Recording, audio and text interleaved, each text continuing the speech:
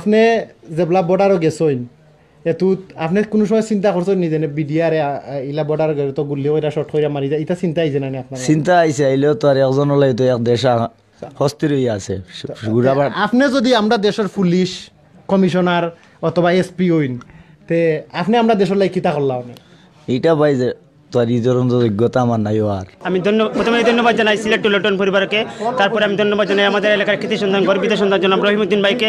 ওনাদের নির্লস পরিশ্রমের মাধ্যমে আজকে দিনে এই কুলাঙ্গার এসআই আকবরকে গ্রেফতার করেছে, ধরিয়ে দিয়েছে পুলিশের হাতে। আমি মাননীয় প্রধানমন্ত্রীর নিকট একটি আবেদন করতে চাই, এই এসআই আকবরের বদলে পুলিশের চাকরি যেন আমাদের এই রহিম ভাইকে দেওয়া হয়। আমাদের এলাকার একটি দাবি, এসআই আকবরের পরিবর্তে যেন এই আমাদের রহিম ভাইকে যেন পুলিশের চাকরি দেওয়া হয়।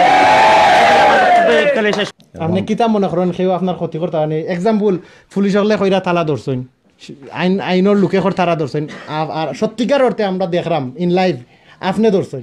সো আপনার কাছে কিলা লাগে যে আপনার লাইফের রিস্ক আছে নি, আপনার লাইফের লাই কোনো ডেঞ্জারস আছে নি? আপনি বিশ্ববাসী রেখা আমার তো রিক্স ওটাও এখন তো আমার নিরাপত্তা আর তো কিছু নাই। মোট তো আর একদিন আল্লাহ দিয়েছেন একদিন তো নিবাও। আপনি মৃত্যুর ডর আইরা না, বাট রিক্স আছে এটা আপনিও মনে করেন? জি, এবার তো দুনিয়াতে আইসি মরতে হইব, তো মরতে হইব একদিন। আসলে বাইয়ে ইলা কাম করছেন, করার বাদেও তাই চিন্তা করা দুনিয়াত আইসি একদিন যাইতাম একদিন।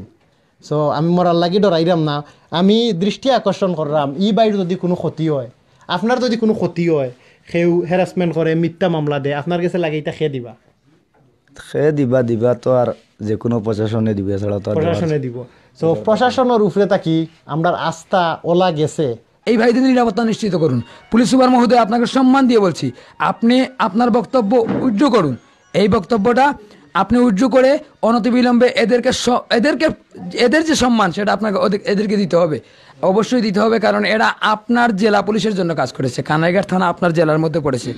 এরা কিন্তু আপনাদের নিউজ জানিয়েও গিয়েছে, এরা কিন্তু আগে আপনার থানাকে অবগত করে তারপরে গিয়েছে, এইটা আপনার জানতে হবে। নিউজটাও দিছে, ওরা ধরে নিয়ে আসলো, ওরা আপনি ক্রেডিট নেবেন কিভাবে? আপনার জেলা পুলিশ ক্রেডিট নিবে কিভাবে? আমার জেলা পুলিশের এই টিমের গত 15 দিন 20 দিন ঘুম ছিল না। আমরা অনেক কষ্ট করেছি। আপনাদের আবেগ, অনুভূতি এবং সম্মানের দিকে তাকিয়ে আমরা অনেক কষ্ট করে আসামি ধরে নিয়ে আসি। আমার চেহারার দিকে তাকালে বুঝবেন, আমার চেহারার দিকে তাকালে দেখবেন আমি কতটা পরিশ্রম করেছি।